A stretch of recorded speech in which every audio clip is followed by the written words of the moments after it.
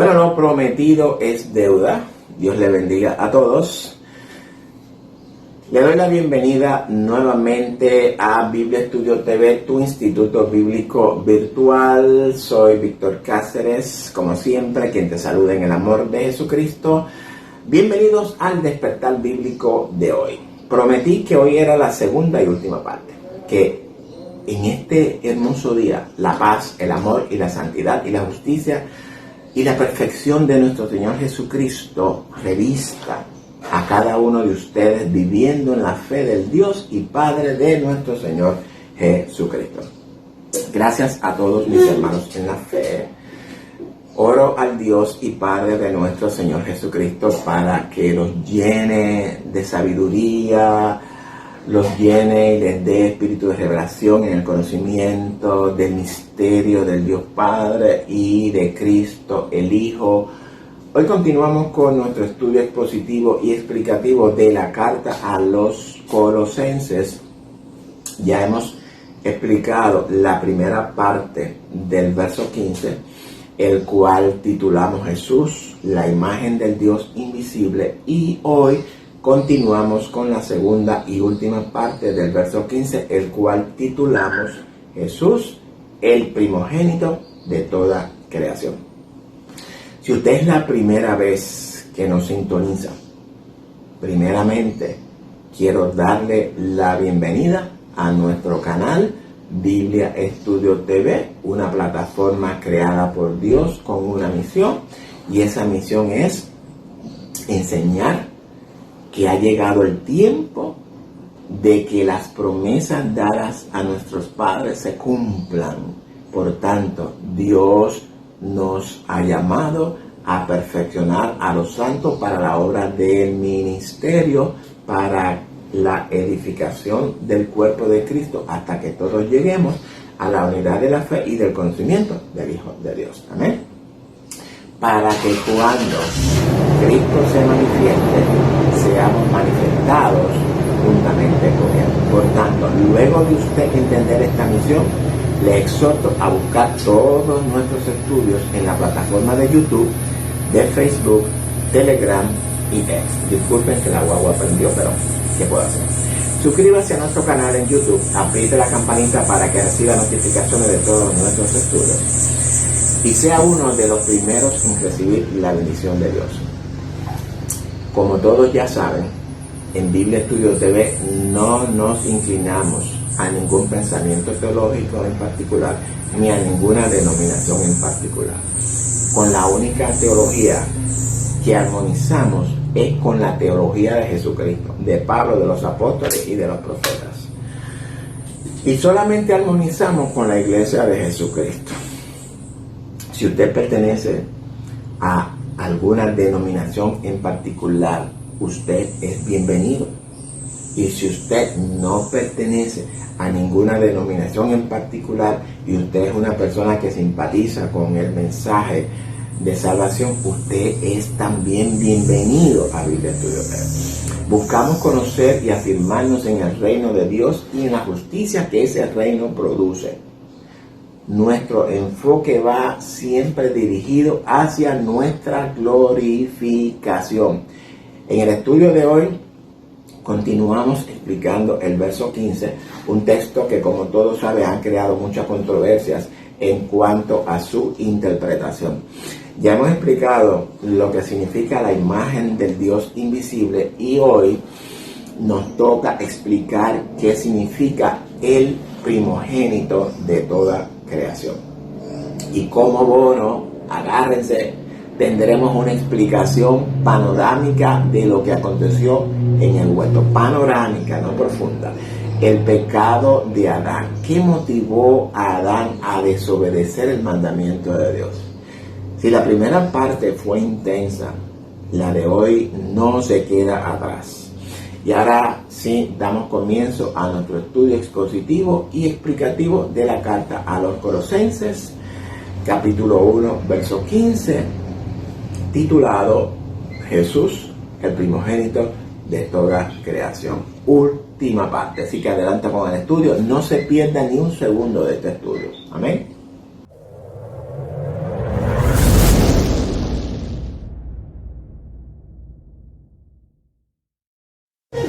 El hecho de que tenga la misma camisa, la misma corbata, pues quiere decir que continuamos.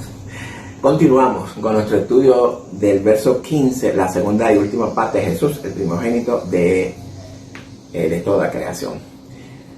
Si ya hemos aprendido que Jesús es el antitipo de Adán, la realidad de ese Adán, ¿cómo debemos de interpretar lo que Pablo añade en el texto? Bueno, ya hemos visto el precedente textual de imagen.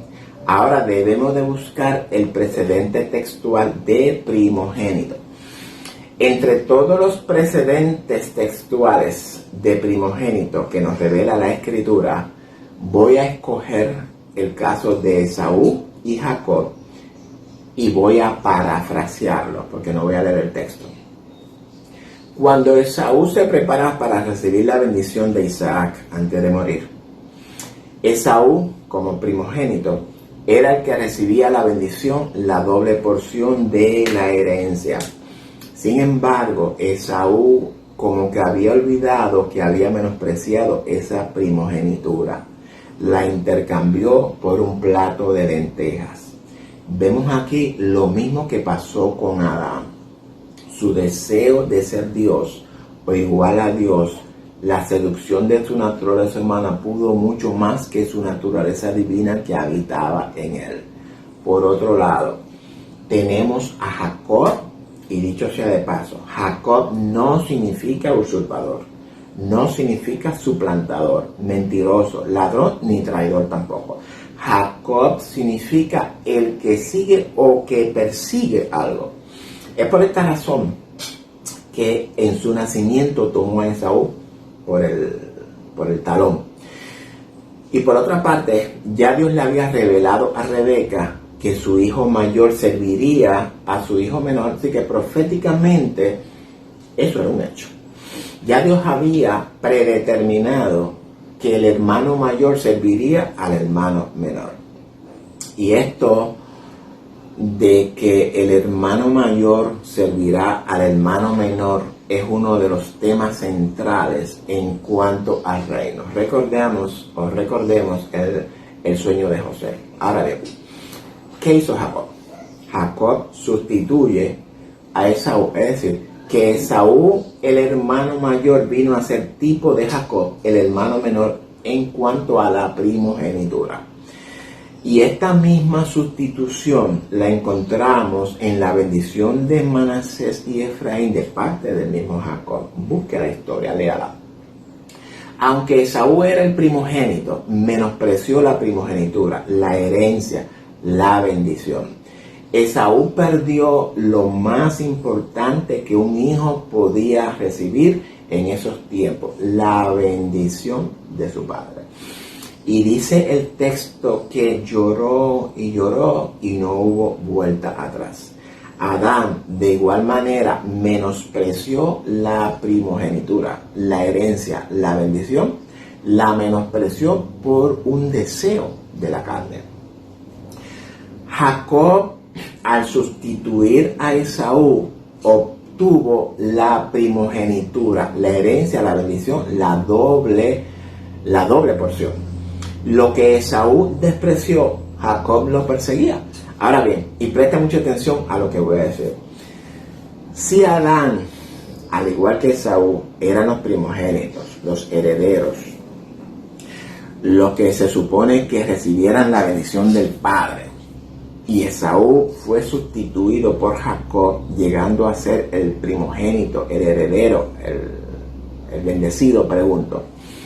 Si Jesús sustituye a Adán, el primogénito de toda creación, es decir, el primer ser humano creado en el cual Dios se ha glorificado, el heredero del mundo, ¿quién vino a ser Jesús, el Mesías, el enviado de Dios? Pablo aquí lo revela, dice el primogénito de toda creación. El primer ser humano en el que Dios se ha glorificado. Y por glorificado, entiéndase, unidos para ser uno. Elemental, mi querido Watson, elemental. Sin embargo, ahora tenemos un reto teológico aquí.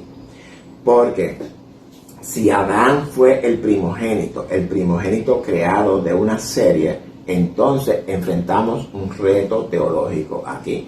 Porque entonces Jesús, el Hijo del Hombre, el Mesías, el enviado de Dios, también fue creado, si lo interpretamos literalmente. Entonces, la teología de algunos de los hermanos del otro campamento podría ser cierta, ya que ellos lo interpretan literalmente. Y esto lo traigo no para reconocer que nuestros hermanos del otro campamento están correctos, sino lo traigo para crear conciencia en la iglesia. La iglesia necesitamos revisar nuestros pensamientos teológicos, nuestras interpretaciones teológicas. Escudriñemos la escritura muy cuidadosa y detalladamente. Nos sorprenderemos cuando descubramos que ciertos puntos teológicos enseñados tradicionalmente en nuestras congregaciones podrían estar equivocados. Podríamos tener un sistema de creencias erradas, equivocadas. Porque cuando leemos en Génesis que cuando Adán fue creado, y el texto usado es bará, que significa creado de la nada, entonces debemos de entender que esa creación de Adán de la nada, aunque el texto revela que fue creado del polvo de la tierra y esa expresión significa vanidad, entonces, si Adán fue creado de la nada, eso es lo mismo que nos revela la carta a los hebreos acerca del Hijo. La Escritura muy claramente revela en el libro a los hebreos que Jesús, el Hijo del Hombre, el Hijo de Dios, fue engendrado hoy. Y de esto de ser engendrado hoy lo explicamos más adelante, tranquilo. El Hijo, Jesús, también fue engendrado de la nada. Y cuando hablamos de la nada, hablamos de lo invisible. Amén. Jesús es engendrado en un corazón virgen, inmaculado, santo. Y este corazón está representado en Miriam o María. Y este engendro lo vemos representado en la historia de José y de María y José. Jesús fue creado de la nada en el vientre de María. De la nada porque no tuvo el proceso de procreación entre un hombre y una mujer normal. Es por esta razón que el nacimiento de Jesús tenía que ser virginal. Amén. Ok. Continuamos. Ahora bien, hay una diferencia entre ser creado y ser engendrado, y cada uno depende del contexto en el que se menciona. Aquí nuevamente debemos de buscar el precedente textual de engendrado. Recuerda, si queremos encontrar el verdadero significado de términos o palabras o expresiones que se registran en el Nuevo Pacto, en el Código Real, como me gusta llamarlo, o en el Evangelio, o en el Nuevo Testamento, debemos siempre buscar el precedente textual.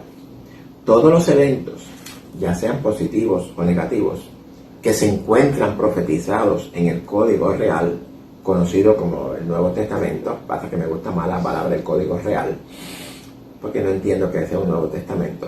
Todos ellos tienen un precedente textual. Esto hay que mantenerlo en nuestra mente a la hora de escudriñar la Escritura. Y dicho sea de paso, Santiago habla del Código Real. El texto sagrado revela que Dios creó al hombre, es decir, que usó un material que llamado polvo de la tierra. Otros dicen que fue barro. Y este polvo de la tierra es una expresión que, como ya todos hemos aprendido, significa creado en vanidad. Y esto, el texto lo narra literalmente por medio de figuras retóricas llenas de simbologías, tipologías, algunas numerologías también. ¿Por qué digo esto? Porque si usted no entiende que toda la creación está redactada por medio de figuras retóricas, por medio de las cuales Dios nos revela una verdad, unos principios espirituales y morales. Desafortunadamente, usted nunca podrá entender la voluntad, el propósito y el plan de Dios para toda la humanidad, no para la iglesia solamente. Las escrituras retóricas debemos de interpretarlas desde el punto de vista hebreo. No podemos divorciarnos del hebreo. Escrituras llenas de simbologías, numerologías, figuras apocalípticas, entre otras. Con todo el respeto que usted se merece, al inicio dije que lo que hoy íbamos a revelar desafiaría su fe. Por tanto, si usted quiere recibir esta verdad revelada en su corazón, pues tengo que felicitarlo, lo felicito. Pero si usted rechaza esta verdad, tengo que decirle que yo estoy libre de su sangre. La misión de Biblia Estudio TV es traerle al pueblo de Dios la verdad revelada en la Escritura. Dios, o mejor dicho, dicha verdad es la que nos revela nuestra glorificación con nuestro Padre, nos revela el reino de Dios en nosotros, nos revela el misterio de Dios Padre y de Cristo, el Mesías, el Hijo. La creación de Génesis, en particular la del hombre, es la que nos incumbe por el momento. No podemos interpretarla literalmente, amados, no podemos interpretarla literalmente. La metáfora de la creación nos revela verdades muy profundas de nuestro Padre. Y aunque honestamente no quiero entrar en esas aguas profundas en este estudio de hoy, pero sí lo voy a hacer en el estudio de Génesis, en particular en el estudio de la creación, de la naturaleza y del hombre, como lo registra el texto. Vamos a tomar el texto 4 de Génesis, la historia de Caín y Abel, y voy a parafrasear por razón de tiempo. Perdón. Dice el texto que Adán conoció a su mujer, Eva, la cual concibió y dio a luz a Caín. Y dice el texto, y después dio a luz a Abel. ¿Qué encontramos extraño en esta narración, en este texto? Que dicha narración no lleva el mismo patrón utilizado por el escritor acerca de los nacimientos de los hijos en ese tiempo. Dice el texto que Eva dio a luz a Caín y luego a Abel. El texto no registra que Adán conoció nuevamente a su mujer y concibió y dio a luz a Abel. Es decir, que Caín nació siendo Caín y Abel nació siendo Abel. Ambos nacieron con sus características definidas, las cuales nos revelan verdades profundas. ¿Qué significa Caín? Vamos a explicarlo. Caín viene del hebreo Caín, que significa creador, no creador de cosas, sino creador de, porque era un metal, era un herrero, una persona que trabaja con metales. Es decir, que Caín representa a una persona mala que goza haciendo maldad. Es un fratricida, una persona que mata a su hermano. El metal representa fabricador de armas o creador de armas. Y esto es lo mismo que encontramos en la descendencia de Caín. Ese es el mensaje espiritual que se nos transmite por medio de esta metáfora. Ahora bien, ¿qué significa Abel? Abel viene del hebreo Jabel, con H, que significa fragilidad, es decir, algo que tiene que ver con el concepto de brevedad de la vida. Cuando leemos el relato del asesinato de Abel, el hermano menor, por mano de su hermano mayor Caín, entonces debemos de interpretar el mensaje transmitido por esta metáfora. ¿Qué representan Caín y Abel? Representan, o mejor dicho, Caín y Abel representan el fruto del pecado cometido por Adán, el conocimiento del bien y el mal produjo en ellos frutos, la independencia del ser humano de su creador. Y esos frutos se tornan inversos, porque ahora el conocimiento es del mal y del bien. El mal es ahora primero, antes del bien. Antes era el bien antes del mal. Caín representa a ese mal engendrado en el corazón de Adán. Ese mal engendrado. Y Abel representa ese bien que ya había en el corazón de Adán, el cual su hermano Caín mató. Ahora, Caín es el que gobierna el corazón de Adán. Debemos de ver en Caín y Abel el resultado o la consecuencia del pecado de Adán y el pecado de Eva. El mal dominó la mente de Adán hasta el punto de vencer el bien que había en él, en Adán. El mal es el hermano mayor del bien, o mejor dicho, el mal sustituyó el bien. Es por esta razón que encontramos en el relato bíblico, en particular en la historia de Esaú y de Jacob, que Esaú, el mayor, viene a ser sustituido por el menor, Jacob. Y al final de los tiempos, al final de nuestra historia, revela el texto sagrado que Esaú se levantará contra Jacob para perseguirlo y matarlo. Ok, 8 minutos. Hablamos de una persecución espiritual contra nosotros, la iglesia, que estamos representados en Jacob, espiritualmente hablando. Hoy usted ha aprendido algo nuevo en su teología. Esa bestia que revela Apocalipsis, que era y no es, y que está lista para subir del abismo e ir a perdición, ya no está lista, ya subió. Esa bestia es la actitud de Caín, de Nimrod y de Esaú, las cuales tendremos que enfrentar al final de los tiempos, para que vayan desayunándose. Ahora los papeles se invierten. La muerte de Abel en manos de Caín representa al pecado de Adán. El muerto, ahora el hermano mayor Caín, el mal reina. Y dice el texto que la sangre de Abel clama, grita desde la tierra por justicia. Por tanto, esa operación tiene que ser reversada, y para eso apareció Cristo. Cristo le da vida a Abel y da muerte a Caín. Es lo mismo que aconteció en nosotros, amados. Es por esto por lo que el texto dice que Adán engendró otro hijo a su semejanza y conforme a su imagen.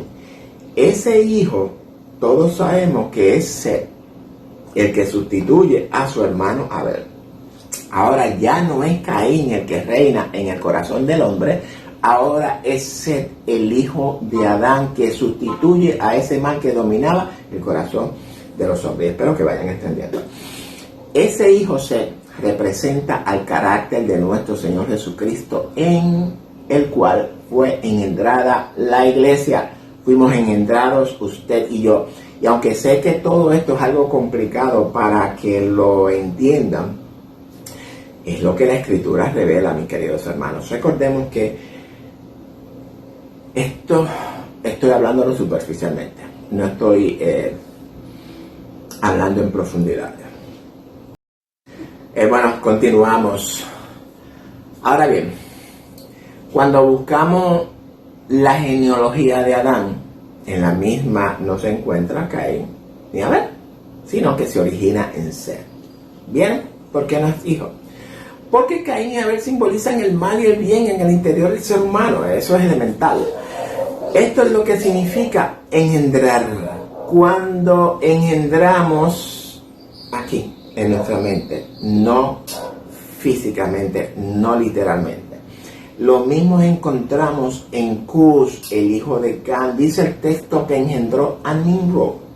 Sin embargo, Nimrod no aparece en la genealogía de Cus, porque es una actitud engendrada en el corazón de Cus, la cual todos conocemos como la actitud babilónica. Entonces, espero que hayamos entendido lo que significa engendrar en la Escritura. Y aclaro, no siempre significa eso. Debemos de interpretarlo dentro del contexto en el que se pronuncia la palabra engendrar, porque la Escritura usa engendrar como lo que realmente significa muchas veces. Tenemos que tener el discernimiento para que podamos encontrar la diferencia. Por tanto, cuando leemos Hebreos 1:5, porque ¿a cuál de los ángeles dijo Dios jamás, mi hijo eres tú, yo te he engendrado hoy, y otra vez yo seré a el Padre y él será a mi hijo? Bueno, este engendro del hijo debemos de interpretarlo como un engendro espiritual, no literal, amados. Porque cuando la Escritura habla de ángeles se refiere a mensajes o a palabras, pero esto lo vamos a explicar en otro texto. En el caso del hijo no se refiere a cualquier mensaje, sino al mensaje de salvación que ha engendrado en nuestros corazones, que es el que nos hace hijos de Dios y Dios Padre de nosotros.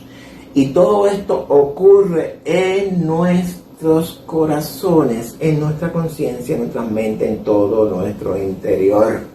Ahora bien, si usted ha recibido esta verdad en su corazón, toda esa persona lo debe entender usted, el día en el cual usted recibió el mensaje de salvación, ese hoy es el día en el cual usted fue engendrado. Ese hoy significa que el mensaje de salvación está vigente hoy. El Hijo está vigente para ser engendrado en usted hoy. Entonces, si esto ha sido una realidad en su vida, podrá entender lo que significa engendrado o engendrar o en cualquiera de sus tiempos. Volvamos al engendro de Cristo. Amén. Ya vimos que Dios es hecho carne en Adán. Sin embargo, la desobediencia de Adán representada en Caín produjo una separación de Dios y de su naturaleza humana. Esa naturaleza humana está representada en Caín. Recordemos que Adán es tipo de Jesús. Dios en su tiempo se encarna en la realidad de Adán en Jesús, el antitipo de Adán. Y por estas razones que ahora Pablo nos revela que Jesús es el primogénito de toda creación. ¿Por qué es el primogénito?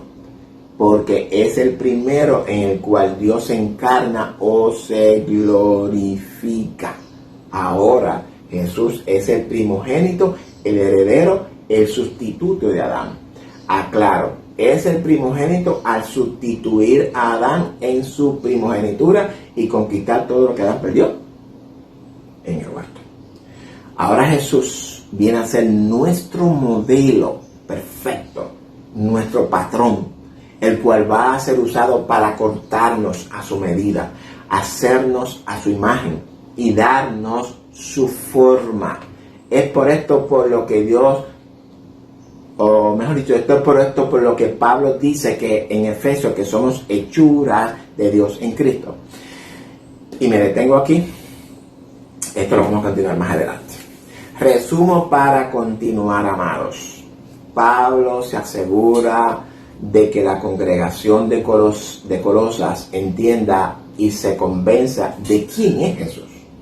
Y Pablo hace esto para crear en ellos conciencia, convicción, fe, para que puedan contrarrestar las falsas enseñanzas que vienen levantándose desde adentro de ellos mismos. Y espero que en ustedes también se cree conciencia, convicción, para que cuando oigan de otros predicar o enseñar de la Escritura, tengan base sólida del conocimiento del único y verdadero Dios y de Cristo al que Dios ha enviado. Y puedan refutar todo lo que oigan, que se oponga o que contradiga lo que revela la Escritura. Ahora bien, continuando con el contexto de Pablo, Pablo nos revela esta verdad para continuar revelándonos otra verdad referente a este Jesús. Luego de Pablo habernos revelado la naturaleza de Jesús, revelándonos que Jesús es el primero en el que el Padre se glorificó, y vimos en la carta a los Efesios que esa glorificación lo sentó a la diestra del poder de Dios. Esto es importante que relacionemos las cartas. Ese mismo poder que actúa en nosotros, en los que creemos, lo puso sobre todo principado, potestad, poder y señorío, y lo dio por cabeza a nosotros, la iglesia. Y ahora Pablo nos continúa revelando otras verdades de ese mismo Jesús. Verso 16. Porque en él, en Jesús, fueron creadas todas las cosas que hay en los cielos y las que hay en la tierra, visibles e invisibles, sean tronos, sean dominios, sean principados, sean potestades. Todo fue creado por medio de él y para él. Y entonces ahora, aquí es como me gusta decir, aquí es donde la puerca retorció el rabo. Pero esto lo explicaremos en el siguiente estudio expositivo y explicativo de la carta a los Colosenses, así que no se la puede perder, amados.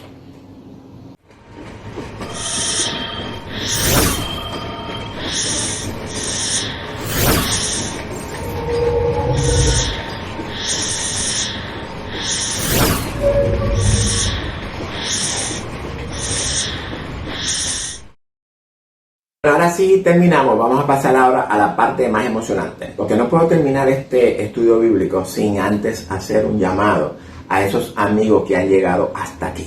Tengo que felicitarlos. Y también a esos hermanos que por alguna razón u otra han pedido su herencia y se han ido a tierras lejanas y ahora quieren volver a la casa de su padre.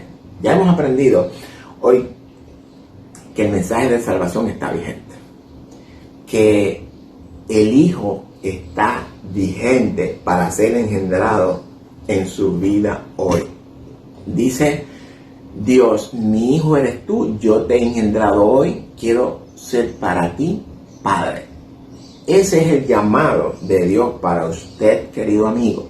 Ese es el llamado de Dios para usted, querido hermano, que ha vivido vagando en tierras lejanas, tierra de amargura, desilusión, llanto, dolor, tristeza, pérdidas, incertidumbres y una tierra llena de engaños, mentiras y tierra llena de muerte. Hoy Dios te dice, tú eres mi hijo, yo te engendré y estoy siempre esperando tu regreso con mis brazos abiertos, siempre. Hay un vestido nuevo para ti, hay un anillo para ti. Hay una fiesta preparada para tu recepción, un becerro gordo que he matado para ti, o que voy a matar para ti. Y a ti, querido amigo, Dios también te invita a esa fiesta, que salga de esa tierra donde andas, tierra de muerte, de decepción y de mentira. Hay un reino preparado para ti, y ese reino se encuentra en Jesucristo, el Hijo del Dios viviente. Amén. Arrepiéntete de tus pecados. Dale las espaldas al pecado y torna tu rostro al Dios que te ama, al que te ha creado a su imagen y conforme a su semejanza. Tienes que entender que si hoy respiras es porque el Espíritu de vida de Dios está en ti. Dios es tu propia vida. Dios tiene una voluntad, un propósito y un plan para ti. Dios quiere bendecir tu vida. Dios te hace un llamado a que te unas a su reino. El tiempo del cumplimiento de las promesas hechas a nuestros padres, a nuestros antecesores, ha llegado ya. Estamos en el tiempo. El cumplimiento de esas promesas se encuentra en Cristo, el Hijo del Dios viviente. Dios quiere hacerte partícipe de su promesa para que reines sobre toda la tierra. Amén. Y este mismo mensaje para la iglesia actual, amados. Ya es el tiempo para prepararnos para nuestra glorificación con el nombre de Jesús y el nombre de Jesús en nosotros, amados. Esto es bien importante que lo entendamos. Hoy es el día para que recapacitemos, reposemos del pecado, retraigamos nuestro pie de hacer nuestra voluntad. Hoy es el día para venerar a nuestro Dios, venerar el reposo que Dios nos brinda, viviendo en santidad, viviendo en una unión permanente con nuestro Dios, glorificados, no buscando nuestra propia voluntad, no hablando nuestras propias palabras, sino viviendo en el reposo de Dios, el reposo del pecado. Y ese reposo es la señal para que nos mantengamos para que mantengamos en nuestras mentes que es Dios el que nos santifica y sea testimonio para los demás. Cristo conquistó el reino para nosotros, por tanto vivamos conforme a ese reino conquistado para nosotros. De igual manera, se me está acabando la batería, en la que Cristo fue sentado a la diestra del poder de Dios, de igual manera, ese mismo poder que operó en Cristo es el mismo poder que opera en nosotros los que hemos creído. Siempre tengan eso en mente. También nos ha sentado a la diestra del Padre. Por esto lo vamos a estudiar en Efesios 2, creo que. Por tanto, amados, entendamos la verdad que Dios nos revela en su Escritura. No nos dejemos engañar con fuegos extraños, amados, no. El reinado de Cristo fue puesto por cabeza a nosotros, la iglesia. Vivamos conforme a esa verdad. Sí, mira, se acercan tiempos difíciles para la iglesia. Tiempos de angustias, persecución, gran tribulación y tiempo de muerte. La iglesia va a ser probada por el fuego. No crea que no, pero todas estas dificultades que tendremos que enfrentar, óigame, nunca, jamás serán comparadas con la gloria, con la majestad y el reino que recibiremos. Todos los reinos de la tierra nos servirán, nos obedecerán. Todas sus riquezas serán nuestras. Eso es lo que el texto sagrado revela. Búsquelo en Daniel y búsquelo en los profetas. Busque esas promesas en las Escrituras y se las voy a dejar como asignación o como tarea para usted. Yo, al igual que Dios, no quiero que nadie perezca, sino que todos procedan al arrepentimiento y alcancen la misericordia, la gracia y el perdón de Dios, de igual manera como aconteció conmigo. No te pierdas nuestro estudio expositivo y explicativo, donde escudriñaremos las revelaciones, las promesas de Dios para toda su iglesia. Búscanos en YouTube, Biblia Estudio TV, dale a la campanita, suscríbete, aprieta la campanita para que reciba notificaciones de todos nuestros estudios. Síguenos en las redes sociales, Facebook, Twitter, X, ¿verdad? Telegram, Instagram y todas esas redes sociales. Comparte este estudio con todos tus hermanos, con todos tus amigos, con todas esas personas que tú amas, que tú quieres, para que ellos también reciban el mensaje de salvación y también puedan conocer al Hijo de Dios y puedan tomar la decisión, al igual como yo sé que tú la vas a tomar. Gracias por acompañarnos, gracias por ser pacientes, gracias por su patrocinio. En Biblia Estudio TV estamos más que agradecidos de que usted forme parte de esta gran familia que cada día se va uniendo más y vamos creciendo más y más. Será hasta la próxima, si así el Señor lo permite. Dios los bendiga a todos, los amo en el amor de Jesucristo. Chao.